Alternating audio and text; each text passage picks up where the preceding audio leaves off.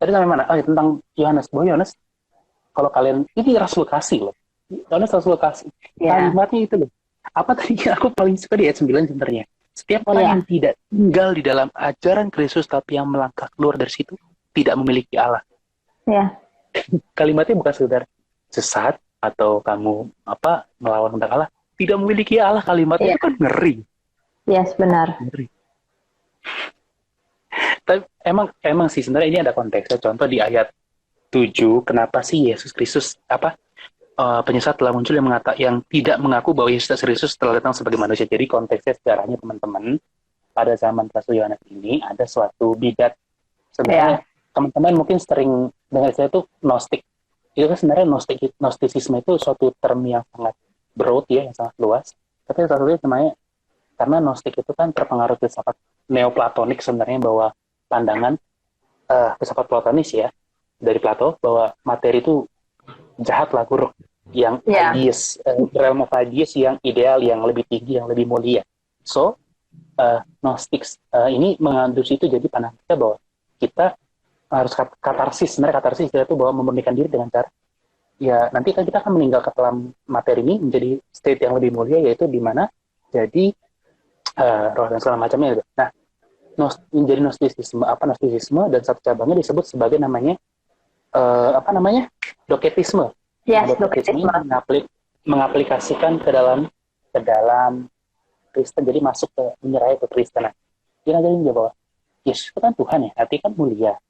Nggak mungkin Tuhan jadi materi, mengambil Ya. materi, karena materi jahat gitu loh. Hmm. Tapi Yohanes jelas-jelas menyangkal itu. Kata siapa? Justru kalau ada orang yang menganggap Yesus tidak benar jadi manusia, karena ajaran Doketisme itu Yesus itu cuma kelihatannya doang, sebenarnya nggak Manusia, jadi ya, manusia, manusia, ya. ya kelihatannya doang. Jadi tidak Tapi tidak binatur, ya, guys, tidak binatur ya. ya, ya, ya, justru Yohanes dengan jelas menyangkal hal itu, Ya. karena kalau kita ngerti worldview Kristen dengan benar ya, materi itu nggak jahat, karena Allah Mm-mm. menciptakan sesuatu dengan, ketika Allah menciptakan sesuatu di hari ke-6, dia bilang terakhir semua sangat amat baik, dan per penciptaan itu dia bilang baik semua. Dosa yang membuat itu jadi tidak baik, bukan materinya per se, baik gitu, karena alam menciptakannya dengan baik. Nah, tapi itu bahwa itu konteksnya aja, bahwa kenapa sih Paulus Yohanes ngomong tentang kok emang ada yang menyangkal Yesus jadi manusia, ada pada zaman Ada. itu. Tapi itu Ya, menarik sebenarnya. Tapi itu menarik sebenarnya, Atma. Jadi sebenarnya memang sejak zaman Yohanes pun sudah ada bidat-bidat tertentu gitu kan. Kayak dalam hal ini kan memang doketisme itu kan gitu. Jadi memang sebenarnya di setiap zaman itu akan ada ajaran-ajaran sesat sih, sadly, but that's the truth gitu kan. Di Yohanes ada, Paulus juga ada, ya sampai sekarang gitu. and maksudnya, isn't it obvious gitu, karena the devil never stop working. Of course, he will not. That's the point gitu loh. Do you think you can berleha-leha santai, dan aku sudah aman, gereja sudah menang, reformasi sudah selesai, dan Oh, berjaga-jagalah, berjaga-jagalah. gak ada. Ya, So, kan. ya itulah bahwa, dan bahkan itu kan di 2 Yohanes, mungkin ini setelah ini kali Kak, 2 Yohanes kan mungkin secara kronologis, mungkin di akhirnya ngomong kayak gitu. Kata siapa? Kita buka 1 Yohanes 4 ayat 1. 1 Yohanes 4 ayat 1. Eh, 1 1 Yohanes Yohanes 4, 4. 4 ayat 1. Oh, iya itu udah roh Allah dan roh antikristus. Ya Kemudian ini. kekasih, jangan percaya setiap roh. Ya, tetapi ujilah. Iya, uji apakah benar dari Allah. Gitu loh. Jadi nggak ada alat, artinya semua rasul konsisten menekankan, oke, doktrin benar, yang itu krusial, tapi semua juga sepakat bahwa menentang ajaran sesat. Paulus address banyak. Galatia kan mungkin yang paling terkenal, tapi sebenarnya 1 Korintus kan juga menegur Ya. banyak. Padahal Mhm. itu yang lebih kelihatan mirip. 2 Petrus 2 tadi kita udah lihat. Ya, Petrus. Ini Yohanes, 1 Yohanes, 2 Yohanes, semua ada address tentang pengajaran sesat. Yesus sendiri pun address tentang pengajaran sesat. Yakobus pun sebenarnya ada kan, dan Ya. tentang katakan bahwa kamu nggak hidup yang percaya tapi nggak melakukan nggak berkudus, itu pengajaran sesat juga, antinomianisme. Semua rasul, semua rasul ada porsinya untuk kritik pengajaran sesat. Kenapa kamu larang kita mengkritik pengajaran sesat? Karena mungkin mereka tidak merasa sesat, Kak. Itu masalahnya. Jadi Iya pernah nggak? satu kali Kak, jadi satu kali ada seorang dengan gelar PS. Aku, ini orang mungkin gak terkenal di Indonesia, tapi aku pernah datang ke ibadah di khotbah. Dia ngomong kayak gini, saya ditabiskan sebagai pendeta di gereja X gitu misalkan ya, gereja X. Oh bukannya mau promosi gereja, cuman mau ngomong biar kalian tahu kalau saya bukan nabi palsu. Dalam hatiku, kata siapa? Emang kalau kamu punya gereja artinya kamu bukan nabi palsu? Iya, benar. Jaminannya dari mana? Exactly. Hari gini justru banyak yang di gereja ya, Kak. Ya. Karena tumbuhnya bukan dari luar, dari dalam kok. Para Iya, tapi Paulus ya, justru itu. Petrus ya, Iya, dari dalam kalian kok. iya, memang justru itu yang berbahaya. Ini apa sih nih si siapa? Ini apa? AFC, satu Jawa, Jawa. Enggak, oh, amen. Jadi semua rasul tukang menghakimi dong. Ya menurut lo, mereka udah capek-capek ngajar, terus ada yang ajaran berantakan. Ya kesegaran mereka. Pikir aja, Valen, pikir. Nah, juga, jadi orang sering salah gini juga. Lihat tuh gereja mula-mula. Mereka pengajarannya benar, baik-baik. Setan. Siapa bilang? Makanya itu kadang setuju. Kamu baca Alkitab benar-benar nggak? Justru kalau kamu cek, itu semua rasul kan isinya marah-marah ya. Kira-kira kenapa coba? Iya, dibaca suratnya deh, dibaca surat-surat rasul deh. Itu mereka semua susah nafas loh nulisnya. Coba deh, kira-kira kenapa sih kok para rasul semua marah dan semua bahas pengajaran sesat? Kira-kira kenapa? Coba deh pikir sendiri. Ya capek. Dipikir keadaan jemaat mula-mula tuh baik-baik, semuanya dapat wahyu semua sehingga teologinya benar semua, perfectly semua. Ya enggak, baca suratnya gitu loh. Iya. Marah-marah semua. Nah itu. Orang makanya, jadi aku bilang nih, makanya kemarin ketika mimku yang diam tenang lah ya, kutulis gini, terus ngomong pada orang jangan hakimi, itu hanya menunjukkan bahwa kamu tuh sombong, kamu nggak mau dikoreksi. Lebih baik diam, tenanglah, belajar yang banyak, baca Alkitabnya baik-baik, baca Alkitab baik-baik, lihat bagaimana para rasul berbicara, baru ngomong habis itu. Iya, gitu. Memang jadi, benar. Semua para rasul marah-marah terus soal pengajaran sesat, sampai kalau kita ngeliat tuh kayak perfeksionis banget ini rasul. Coba cek Yakobus, semua disalah-salahin sama dia kan? Ya memang harus perfect, sekali lagi, tapi memang harus perfeksionis dalam arti gini. Karena ini kan berhubungan dengan keselamatan, men. Gitu kan, nggak bisa juga lo asal, nggak bisa juga kita careless gitu kan. Dimengerti sih kenapa mereka amat sangat ini para rasul ya, kenapa mereka amat sangat bawel gitu kan, cerewet, marah-marah. Karena bukan soal bukan soal ego mereka, tapi karena mereka justru kasih. Ini soal keselamatan orang, gitu kan. Betapa menyeramkannya ketika orang-orang itu bisa terjerumus dalam ajaran yang salah, ya mereka jadi nggak selamat gitu kan. Sebenarnya itu gitu. Kalau ini hanya sekedar gimana supaya kaya, gimana supaya sukses, ya mau lo beda-beda kayak ya, mau lo salah lo bener nggak masalah juga sih. You know what I mean? Tapi ini kan soal kekekalan gitu. Iya, makanya they're running towards tidakkah orang-orang yang terjebak dalam pengajaran sesat lalu berlari menuju kebinasaan gitu loh. Yes. Gini, tolong nilai aku dengan honest gitu ya, dengan fair. Apakah ini lebih jahat mana? Aku berlari menggebuk dia untuk stop lah, jangan lari ke sana, or aku bilang ya udahlah itu kan hak dia lari ke jurang.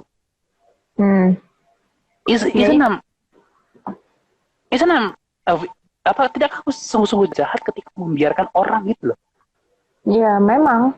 Dan sebenarnya ini sih sekali lagi karena tagline dan fenomena jamaah hakimi itu digoreng-goreng gitu ya. Jadi banyak orang-orang anak-anak Tuhan juga yang berasa takut untuk mengkritik, mengkoreksi, ya menghakimi juga dengan benar gitu, dengan motivasi yang benar jadi takut kan.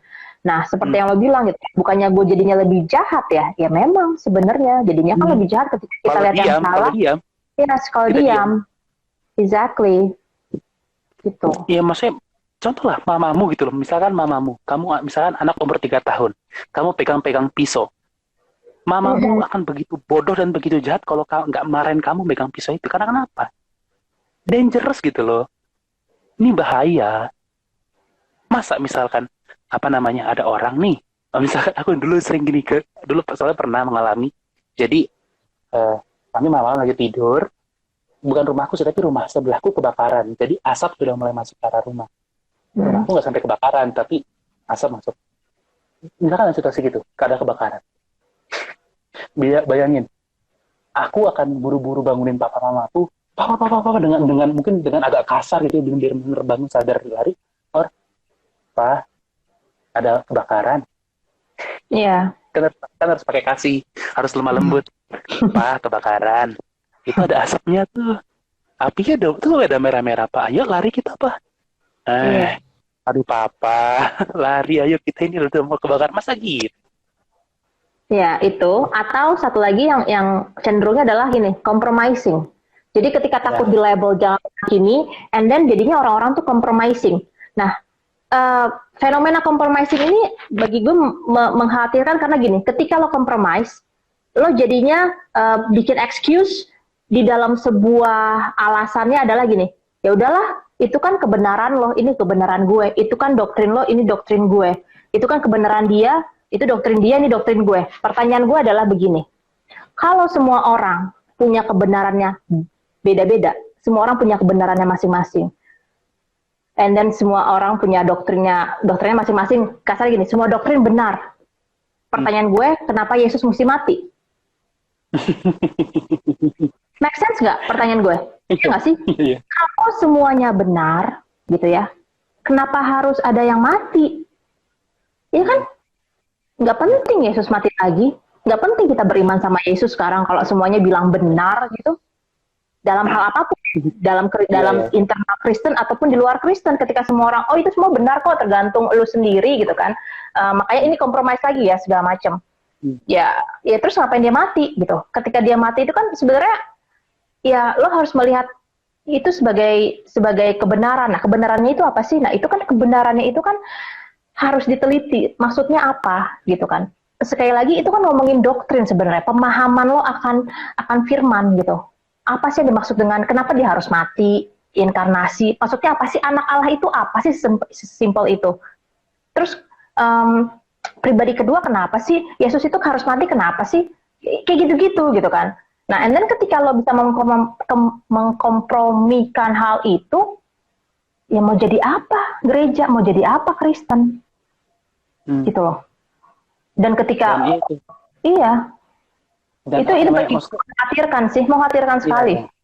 Dan itu juga karena basically ya itulah, mungkin karena aku pribadi kan banyak concernnya dengan apologetics ya, jadi banyak bersinggungan dengan filsafat. Itu sebenarnya fenomena zaman. Sekarang kita dalam masa postmodern, di mana segala sesuatu dengan relativisme yang merajalela. Iya, relativisme. Sebenarnya itu aku bisa bahas sejarahnya gitu, dari Immanuel Kant, langsung nanti lahir ada logical positivism, nanti masuk ke eksistensialisme, ke postmodernisme, tapi at least kita ada relativisme yang basically states bahwa menyatakan bahwa kebenaran itu relatif, ada yang absolut. Sebenarnya gini, aku karena sering nakal karena dengan metode apologetikku ya, internal kritik, misalnya ada yang ngomong gini, kamu nggak boleh gitu dong, itu kan kebenaranmu. Biarkan aku dan kebenaranku. Tahan, aku pengen ngomong kayak gini. Kamu bilang kebenaranku dan kebenaranmu kebenaranmu. Itu kebenarannya siapa? Kebenaran bahwa kebenaranku adalah kebenaranku dan kebenaranmu adalah kebenaranmu, itu kebenarannya siapa? Kebenarannya dia. Kan dia ngomong. Iya nggak sih? Karena saat titik paling lemah dari relativisme adalah ngomong ini. Tidak ada kebenaran absolut, semuanya relatif. Itu kebenaran ya. Itu absolutnya dia. Iya, exactly. Itu absolutnya dia. Kalau tidak ada sesuatu yang absolut, that's your version of absolute. Benar nggak sih? Iya, iya. Iya. Dan makanya bilang itu arogansi di balik orang-orang yang bilang kita nggak boleh menghakimi, biarkan orang itu kan orang punya kebenaran masing-masing, punya perspektif masing-masing. Aku bilang bukan berarti perspektif dihilangkan ya, perspektif pasti akan ada. Itu namanya nanti aduh filsafat lagi, freedom of the one and many, tapi itu opini kan. Kebenaran tetap satu.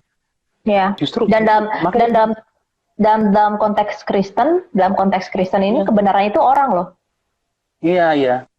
Akulah kebenaran gitu loh. Pribadi, exactly. Ya. Pribadi gitu. Nah, dan itu makanya bilang itu spirit arogansi, karena nanti aku bisa bahas itu tentang pemberontakan terhadap status quo, tapi nanti nggak usah lah. Tapi gini, dia bilang kebenaran tuh nggak ada yang absolut, kamu nggak boleh mengklaim kebenaran absolut, semuanya relatif. Lah kamu klaim kebenaran absolut, kenapa kamu boleh mengklaim kebenaran absolut tapi aku nggak boleh? Sama seperti orang menghakimi, jangan menghakimi, jangan menghakimi. Tidakkah kamu dengan mengatakan jangan menghakimi, kamu sedang menghakimi aku? Kenapa kamu boleh menghakimi sementara aku nggak boleh menghakimi? Arogan sekali. Arogan dan juga sebenarnya mereka tidak memahami cara pandang itu gitu. Ngerti nggak? Yang lo omongin barusan itu adalah ibaratnya lo bisa melihat di dalam bubble. Sedangkan yang orang-orang bilang jangan menghakimi atau semua itu relatif, itu adalah orang di dalam bubble. Jadi mereka sibuk dengan itu semua. You know what I mean? Iya. Dan apa namanya, makanya kekhawatiranku begini, Kak. Salah satu ayat yang paling takutkan. Ada yang tahu loh. Press up. Cie, press tahu up. Lah ya. Tahu lah. Mungkin udah pernah nonton itu yang kelas apologetik aku di YouTube. Tadi kayaknya ada Masio, tapi nggak tahu masih ada nggak Masio. Tapi gini. Sebenarnya ada salah satu ayat yang paling kutakutkan di sepanjang Alkitab. Salah satu yang mana? 2 Timotius 4. 2 Timotius. Takut banget, Mai. 2 Timotius 4. Ini sebenarnya obrolan kita itu ini nggak sih? Kita ngobrolinnya sampai ke filsafat segala macam. I mean like I hope people still can catch us up ya. 2 Timotius 4. Sebagai encouragement bahwa 2 Timotius 3. 2 Timotius 3. Apa namanya? Maksudnya sebagai encouragement bahwa jadi orang Kristen itu bisa intelektual gitu loh. Kalau pikir sekarang kan lagi hype. Kayaknya kalau orang pinter tuh jadi agnostik, Kak. Kalau orang pinter tuh jadi ateis, kan lagi hype. Gue nggak percaya. Gue justru sebenarnya orang pinter harusnya orang Kristen, man. Come on lah, you have the spirit of Almighty. Ya, terus apa-apa? Mana sih? Itu apa di sini ya? Aku lupa. Tapi emang banyak sih Kristen. Tapi emang banyak juga sih. Iya, sambil cari gue ngobrol. Tapi emang banyak sih memang, maksudnya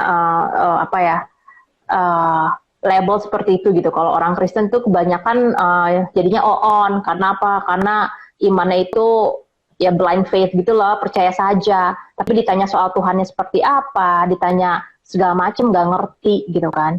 Ditanya soal banyak hal lah kayak gitu. Terus ya itu sih. Padahal gue percaya harusnya sebagai orang Kristen itu kita at some point bisa menjadi apologetic gitu.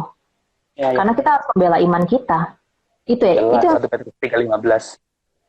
Apa? 1 Petrus 3:15-16. Iya. Kita harus bisa membela iman kita. Udah dapat belum? Ya. Oke. Di 2 Timotius 4 ayat, sebenarnya di ayat 3-4, tapi aku mau di ayat 2 dulu. Jadi sebenarnya ini 2 Timotius 4 ini bagiku memang memberkati banget. Ayat 2-nya kan ngomong gini. Beritakanlah firman, sedialah baik atau tidak waktunya, nyatakanlah apa yang salah, tegurlah dan nasihatilah dengan segala kesabaran. Jadi Job ini kan surat Paulus pada Timotius. Jadi Pak Paulus bilang pada Timotius, Job sebenarnya bukan 2 tapi kayak twofold gitu loh, kayak 2 lapis gitu loh. Kayak ini kayak sesuatu yang nggak bisa dipisahkan. Jadi beritakanlah firman, iya, tapi juga nyatakanlah yang salah. Jadi ini sesuatu yang berjalan beriring kan gitu loh. Ini nggak bisa dipisahkan karena dia langsung masukkan. Jadi ini sebenarnya kalau yang ayatnya penguatan bagiku. Tapi di ayat 3-4-nya aku ngeri banget. Boleh deh kakak bacain ayat 3-4-nya. Karena, 2 Timotius 4 ayat 3, karena akan datang waktunya, orang tidak dapat lagi menerima ajaran sehat, tetapi mereka akan mengumpulkan guru-guru menurut kehendaknya untuk memuaskan keinginan telinga mereka. Kedengeran nggak? Ayat 4-nya. Mereka akan memalingkan telinganya dari kebenaran dan membukanya bagi dongeng. Aku ngeri ayat ini. Kenapa Kak? Satu, selama ini kan, jadi saya bilang tadi, paradigma awalku selalu adalah aku marah maksudnya pada guru keras, kepada jemaat. Jemaat itu baik. Karena asumsi awalku adalah umumnya jemaat itu korban. Yes, benar. Nah, iya. Tapi ayat ini seakan mematahkan aku. Ayat ini loh Kak. Ayat 3 ini seakan mematahkan aku. Karena akan datang waktunya, orang tidak dapat mengajarkan ajaran sesat. Tapi mereka akan mengumpulkan guru-guru. So, in this verse, jadi the jemaatnya, dia mengumpulkan guru. Ya iya, ternyata bukan domba-domba lugu lagi Kak, itu adalah kambing. You know my point, right? Sometimes kita suka berpikir, oh ya itu domba-domba lugu. Ya mungkin ada yang memang domba lugu beneran, tapi memang ada kambing yang memang mengumpulkan guru-guru seperti itu, yang pengen telinganya senang aja dengan ajaran-ajaran itu, gitu. Nah, kita harus punya discernment untuk tahu mana yang kambing, mana yang domba lugu.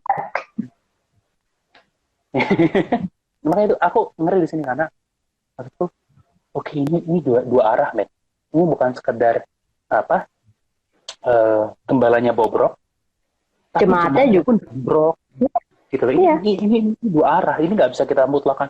Kamu jangan salahin jemaatnya, jemaat kan cuma domba-domba, cuman dengerin pengajian. Saya tahan. Ini ayatnya ngomong kayak gitu. Aku nggak peduli pengalaman apa, aku nggak peduli ceritamu kayak apa. Tapi maksudku gini, Alkitab ngomong gini. Aku bukan bilang pasti kamu salah, enggak. Tapi ada ayat yang ngomong kayak gitu. Jangan kamu generalisasi semua jemaat itu korban, nggak selalu. Iya memang. Karena nyatanya ada yang demikian. Gitu. Alkitab sudah berkata, kamu mau percaya Alkitab kah? Iya, Paul Washer juga pernah bilang gitu kan. Maksudnya kurang lebih seperti itulah. Maksudnya kita jangan juga berpikir bahwa semuanya domba. Memang ada yang kambing juga kok, gitu. Ya memang. Sedih memang, makanya ironis. Mungkin abis ini ya itu udah banyak lah, kita udah bahas banyak hal ya, tapi harus gini sih, aku sekarang mau masuk ke arah sini sih Kak. Aku masuk ke arah sini sekarang. Aku mau tadi kan kita sebagai seakan kita maksudnya endorse judgment ya. Sekarang aku mau berlaku sebagai kontrol. Karena sering kita harus akui, salah satu kekhawatiranku gini. Kemarin kenapa salah satu alasan kenapa aku bikin predestinasi adalah gini. Aku khawatir akun satir itu bablas. Ya, bisa jadi. Aku khawatir fenomena itu. Dan fenomena itu memang kita udah pernah bahas kan. Memang sudah ada kecenderungan beberapa akun satir yang nggak ada faedahnya sama sekali. Masih ada yang berfaedah gitu kan. Masih ada yang berfaedah yang ngasih tahu ini salah, sebenarnya seperti ini. Tapi seringnya lebih banyak bagi gue ya, yang hanya untuk membongkar kesalahan-kesalahan, tapi nggak ngasih tahu yang benar tuh kayak mana. Nah, mungkin memang lebih baik. Sebenarnya kayak Presdem kan juga gitu. Sebenarnya gue lebih senang dalam hal ini, lebih mendingan kita menghidupkan si Ignis, you know what I mean? Presdem misalnya gitu kan. Soalnya Presdem kan a little bit like satir juga in a way gitu kan. Cuma Ignis itu kan memang pengajaran. Nah, masalahnya kan memang manusia itu kan ya seperti itu ya, yang receh kan.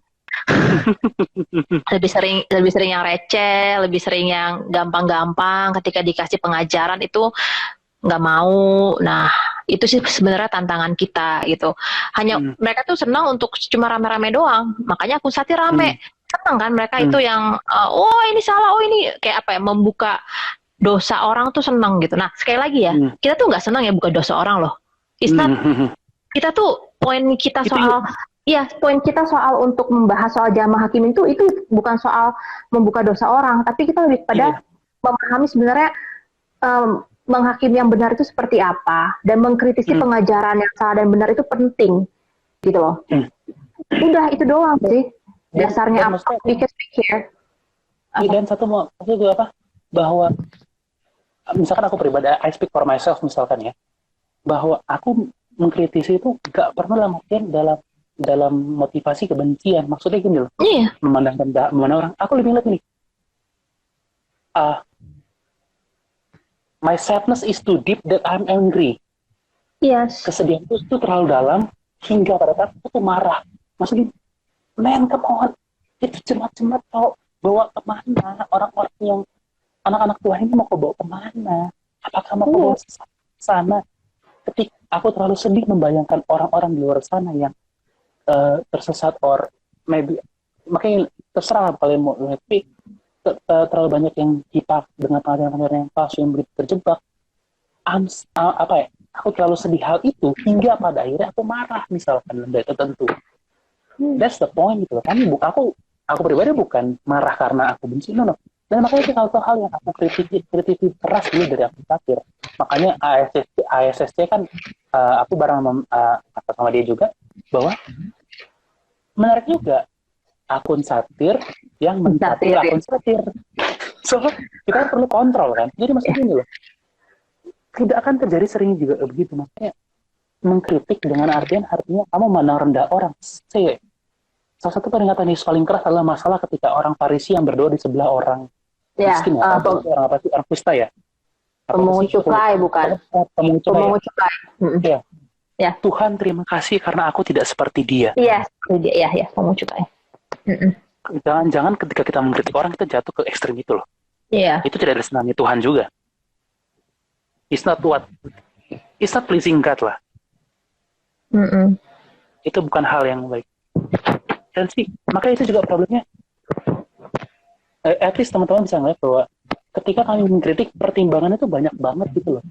Kami mengkritik dengan motivasi apa, tapi kami batasi juga caranya seperti apa, etikanya seperti apa, walaupun tetap tegas dan keras.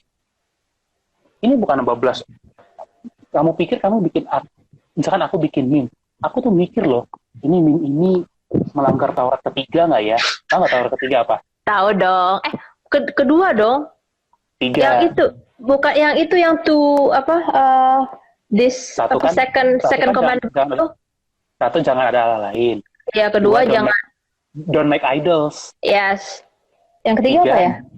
Jangan sebut nama Tuhan sembarangan. Oh jangan sebut nama Tuhan sembarangan. Oh ya. Yang mikir kalau bikin meme ini aku ngelawakin Tuhan, gimana ini nggak mungkin dong. Nggak mungkin. Itu misalkan aku pertimbangan, misalkan bikin kayak gitu ada pertimbangan itu loh. Aku begitu takut soal itu. Jadi kecuali meme terakhir ya. Diam, tenanglah. Itu nggak. Aku kan ngelawakin Tuhan di situ. Aku kan ngelawakin Tuhan di situ. Aku ngelawakin orang. Itu kan bikin bukan lu, yang bikin si ya, itu. Inform Jawa. Salahkan Inform Jawa. Makanya kutek nggak ada itu. Soalnya maksudnya itu banyak pertimbangannya gitu loh.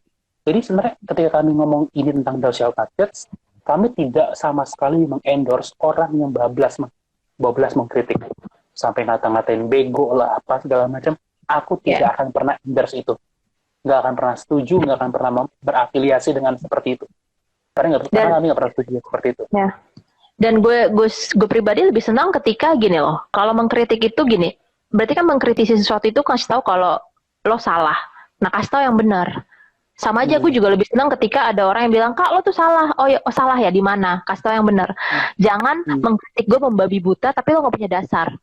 Lo salah, lo begini, bla bla bla. Dan lo gak bisa ngasih tunjuk gue yang benar yang mana bagi gue ya, itu sama bodohnya sih. Dan ini juga pengalaman real. Jadi aku pernah, ini cerita lucu gue dengan Mas Yohanes Messenger. Kalau ada Mas Yohanes Messenger, halo. Tapi nanti mungkin nonton. Nggak ada deh. Ya, tadi dia sempat datang, terus nggak ada. Ya.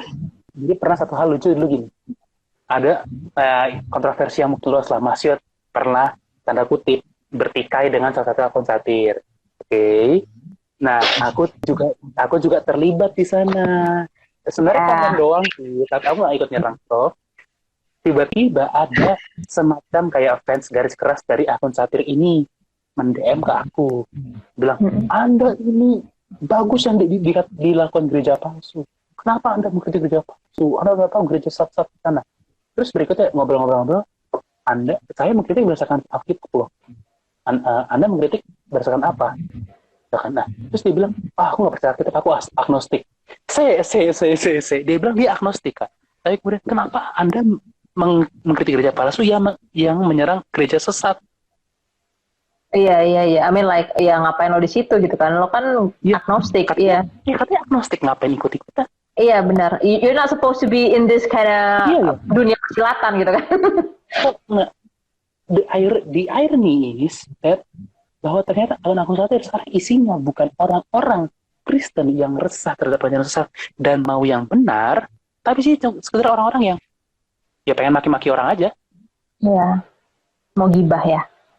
Mau gibah doang, mau julid doang, that's it. Dan mau ngata-ngatain orang, mau maki-maki orang, that's it. Worthless yang kayak gitu worthless. Aku tidak pernah setuju seperti itu. Iya, tapi ya menyedihkannya ya itu sekali lagi fenomena ya. Amin menarik untuk melihat fenomena. Satu hal tempat di mana orang bisa gibah-gibah itu pasti banyak followersnya.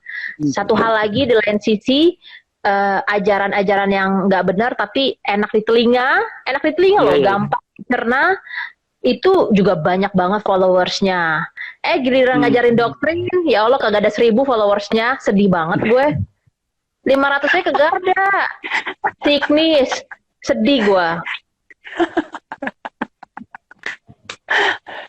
So, ya mungkin itulah obrolan kami udah banyak banget. Mungkin teman-teman ada yang mau lempar pertanyaan, oke, nggak apa-apa. It's okay, teman-teman yang nonton boleh lempar pertanyaan, tapi tadi ada satu yang sebenarnya di live sebelumnya menarik, Kak. Bilang apa dia? Mengkritik cuman karena beda denominasi. Oh ya, gue lihat. Oke. Aku mulai bahas kayak gini. Satu, waktu zaman Yesus agama Kristen udah ada belum? Belum. Lo nanya ke gue atau ke orang? Iya, ini pertanyaan retoris, Kak. Pertanyaan retoris dong. Anda tidak ada chemistry kita ini ya? Ada, gue sengaja. Kan gue harus jadi lomba lugu. So, pada zaman Yesus belum ada Kristen. Jadi orang, bahkan nama Kristen sendiri itu dianggap sebagai apa? Mereka disebut Nasrani kan awalnya, terus disebut Kristen. Itu dipandang sebagai apa sih? Nasrani itu by the way ejekan loh. Iya. Itu sebagai apa sih?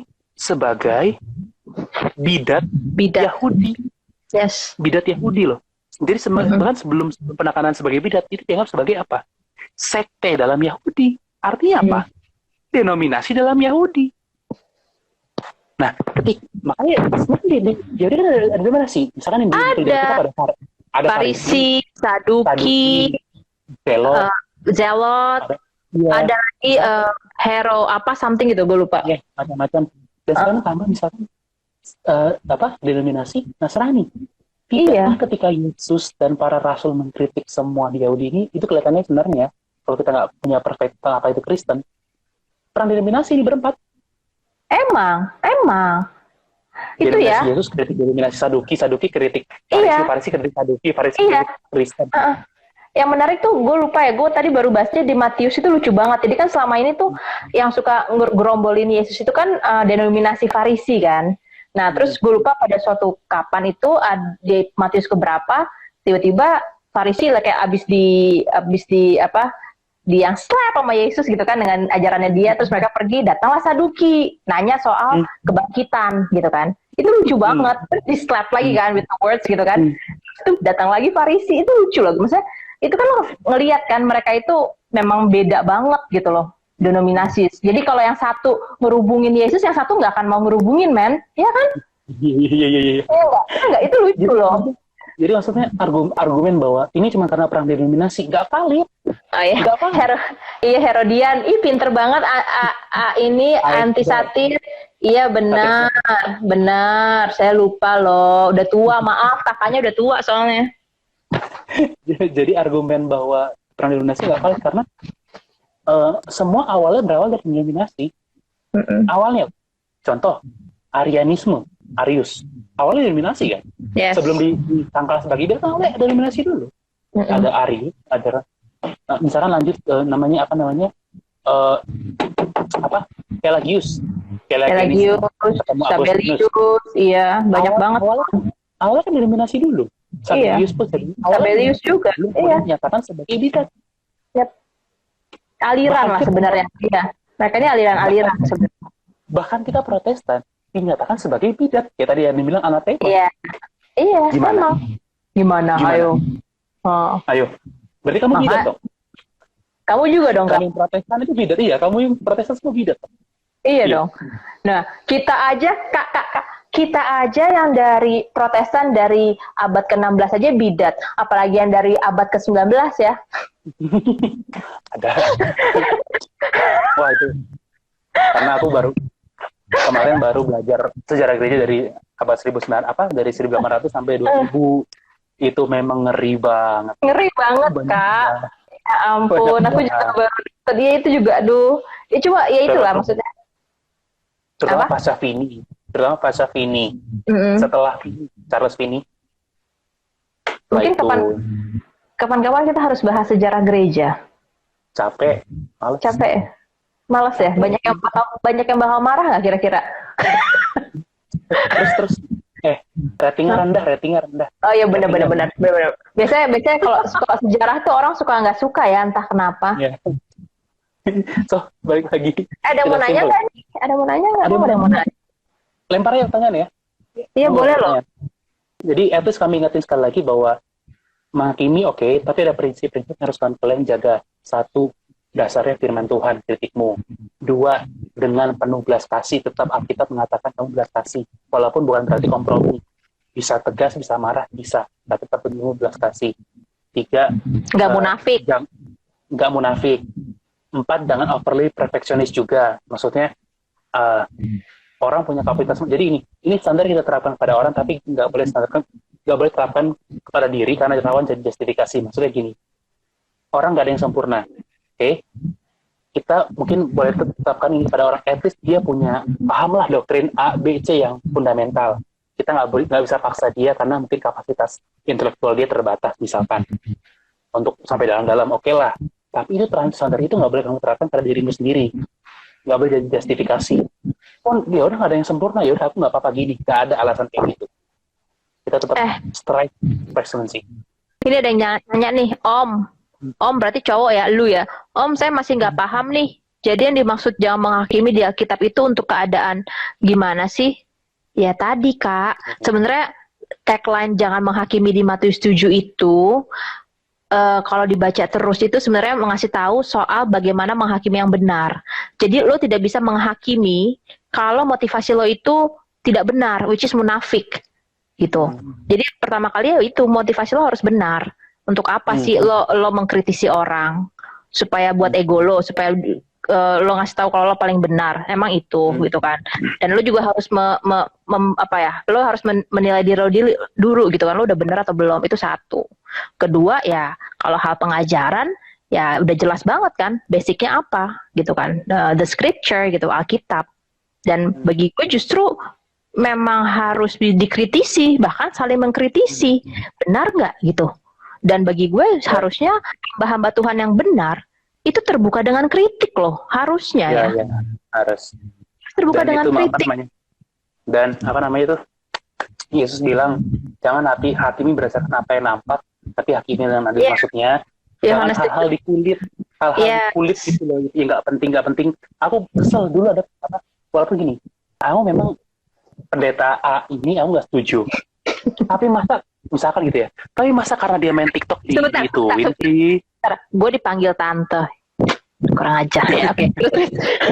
Maksudnya masa karena dia main TikTok dan maksudnya kulihat pun TikToknya ya udah TikTok have fun, masa dibilang disatirin, kurang bahan satir kah? Maksudnya TikTok. Iya itu terlalu superficial. Kamu kritik orang main TikTok kan? Kalau mungkin TikTok dengan baju yang tidak senonoh, oke lah kritik. Tapi maksudnya TikTok, ya udah cuma joget-joget biasa. Masa dikritik? Ya, walaupun memang sebenarnya nggak penting juga sih pendeta main TikTok ya. Tapi itu nggak kurang bobot aja. Superficial. Iya, nggak berbobot. Bobot aja. Oke.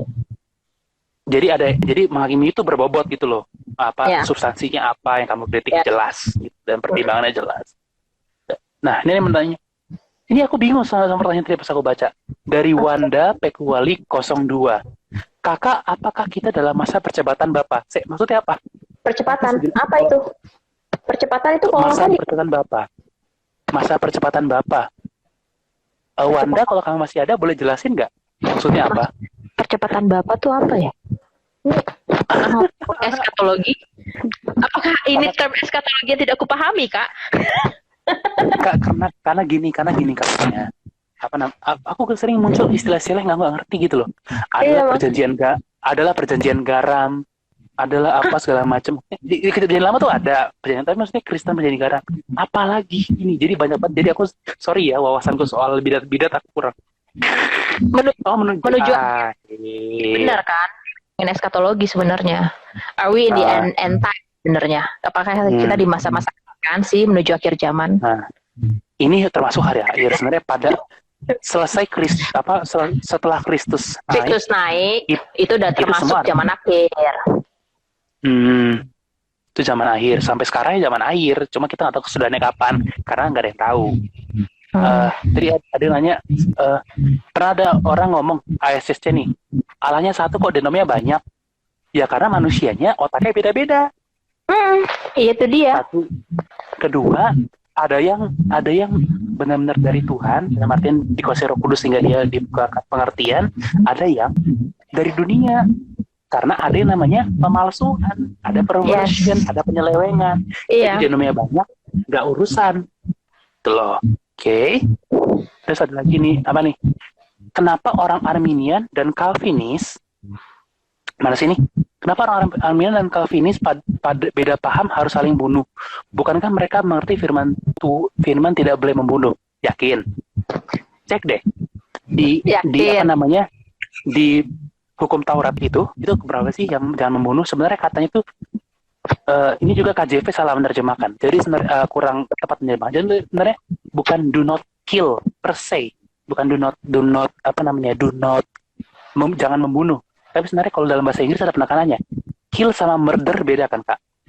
Yes. Kill sama murder beda. Yang dilarang tuh do not murder. Karena nanti kalau kalian baca di kelanjutannya ada Tuhan memberikan hak kepada negara untuk mempertahankan dengan pedang. Tapi oke, tentang jangan bunuhnya itu at least gitu ya. Tapi kemudian gini, kenapa orang Arminian dan Calvinis beda paham harus saling bunuh? Kamu lihat nggak konteks zaman itu apa? Jangan kamu lihat zaman itu dengan kacamata zaman sekarang, itu nggak penilaian, nggak fair. Karena nyatanya aku akan bahas masalah sejarah nih ya. Pasca reformasi Protestan, aku bahas semua nih turun-turun terhadap Calvinisme. Guys, ambil popcorn dulu ya. Kalian ambil popcorn dulu. Pasca reformasi Protestan, jadi kan awalnya sistemnya adalah gereja menentukan apa doktrin yang benar. Ketika Luther menggugat, itu jadi kan soal skriptura. Jadi orang-orang punya hak untuk private interpretation. Bukan sembarangan, tapi orang-orang punya hak untuk membaca Alkitab sendiri. Jadi, otoritasnya dipecah. Nggak mutlak di gereja, tapi pembacaan tentang Alkitab. Jadi, orang-orang bisa membaca Alkitab secara sendiri. Ketika itu belum. Nah, ketika Calvin hadir, lalu dia membuat satu doktrin, mengembangkan kemauan untuk pemisahan gereja dengan negara. Walaupun di masa Calvin nggak komplit, oke. Masuk zaman ke depan makin komplit. Utama nanti ketika sampai doktrinnya ke Perancis yang mengembangkan banyak oleh kaum Huguenot dan mereka dibantai. Oke, di genosida di Perancis. Kalian cari namanya, kejadiannya adalah Saint Bartholomew Nights Massacre.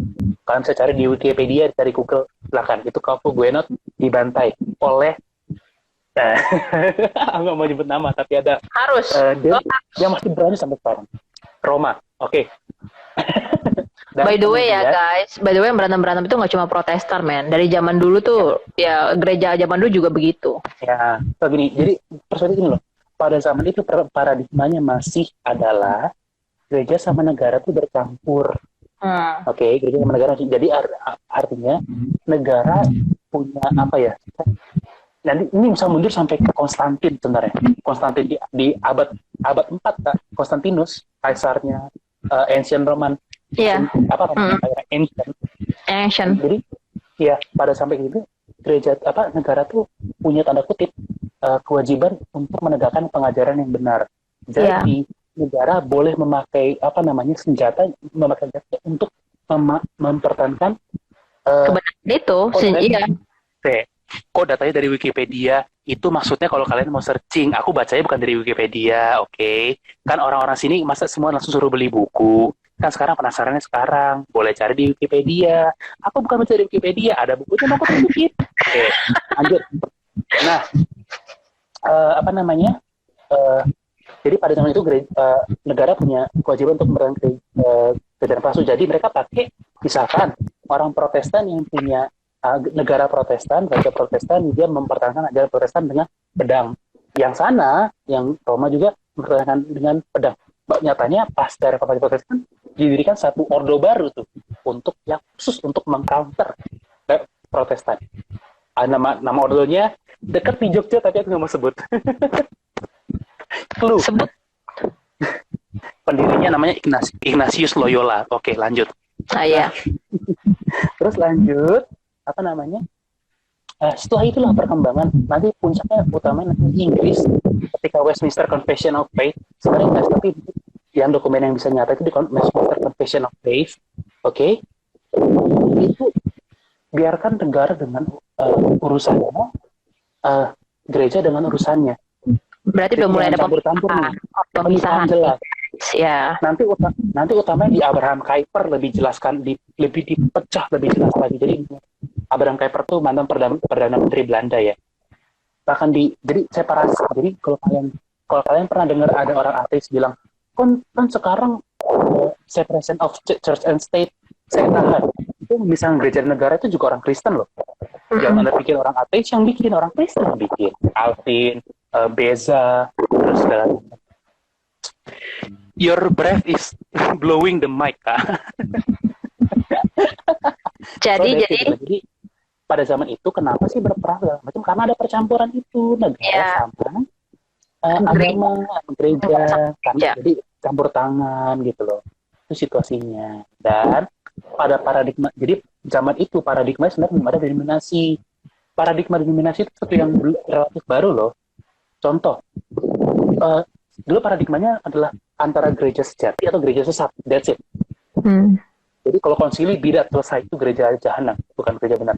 Paradigma itu berkembang baru namanya gereja berkembang tuh denominasi yang dimana mungkin dia beda denominasi tapi mungkin dia nggak gereja sesat juga, gereja bidat, tapi mungkin beda beberapa hal aja gitu.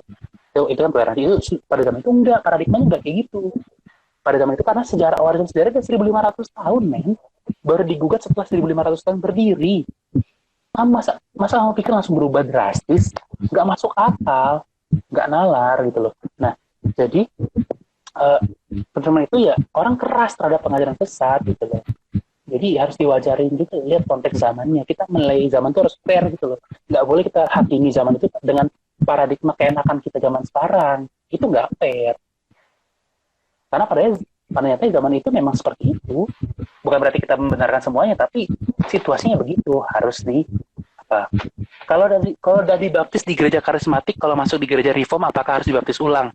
Yang penting nama baptisannya siapa. Kalau misalkan dibaptis dalam nama Bapa, Anak dan Roh Kudus, yaitu Yesus Kristus. Jelas doktrin Tritunggalnya salah. Ya. Harus dibaptis ulang. Tapi misalkan dibaptis benar dalam nama Bapa, Anak yaitu Yesus Kristus dan Roh Kudus, ya nggak apa-apa. Itu benar, itu nggak ada perlu. Karena yang penting namanya. Karena kalau kamu misalkan baptisanmu dulu itu sudah benar nih namanya nih, sekarang kamu dibaptis lagi, berarti kan kamu menyangkal nama yang dulu, nama Allah yang benar dulu. Itu berbahaya secara teologis, itu bermasalah banget. Oke? Tuh. Lanjut. Apa nih? Kalau di gereja Injili cukup katekisasi Kak, terus penugasan iman. Ya, itulah. Gereja Injili itu apa? Can you explain what evangelical means, Kak? Can you explain? What is evangelicalism? Injili? Injili itu sebenarnya sih basically Protestan. Iya. Apa ya? Cuma lebih broad aja paling ya, lebih luas. Misalkan kalau reform jelas di Calvinisme, Lutheran itu Luther. Tapi evangelikal ya luas sih. Ya, mungkin kalau gereja Injili itu menurut gue mungkin mereka itu awalnya ya, mereka itu bisa didirikan itu karena ya itu evangelicalnya itu. Jadi ada orang-orang menyebarkan Injil, ya gospelnya. Yes, and then mereka berdirilah gereja di suatu tempat, and then jadilah gereja Injili itu. Jadi based on penyebaran Injil. Nah, Tapi apakah doktrinnya cukup kuat? Biasanya sih nggak terlalu. Tapi memang apakah mereka based on the Bible? Yes. Concernnya memang gospel ya, concernnya utamanya dengan gospel utamanya. Tapi kemudian doktrinnya menjadi nomor kesekian gitu sih. Iya. Bedanya itu. Salah satu ciri khas dari Injili biasanya adalah penekanan untuk pengalaman personal dengan Tuhan. Ini maksudnya bukan supranatural ya. Ini maksudnya bahwa sungguh-sungguh ada devotion, itu penekanan itu di Injili. Itu ciri khas, biasanya ciri khas di evangelical kayak gitu. Jadi ada pengurusan hidup yang aktif lah gitu.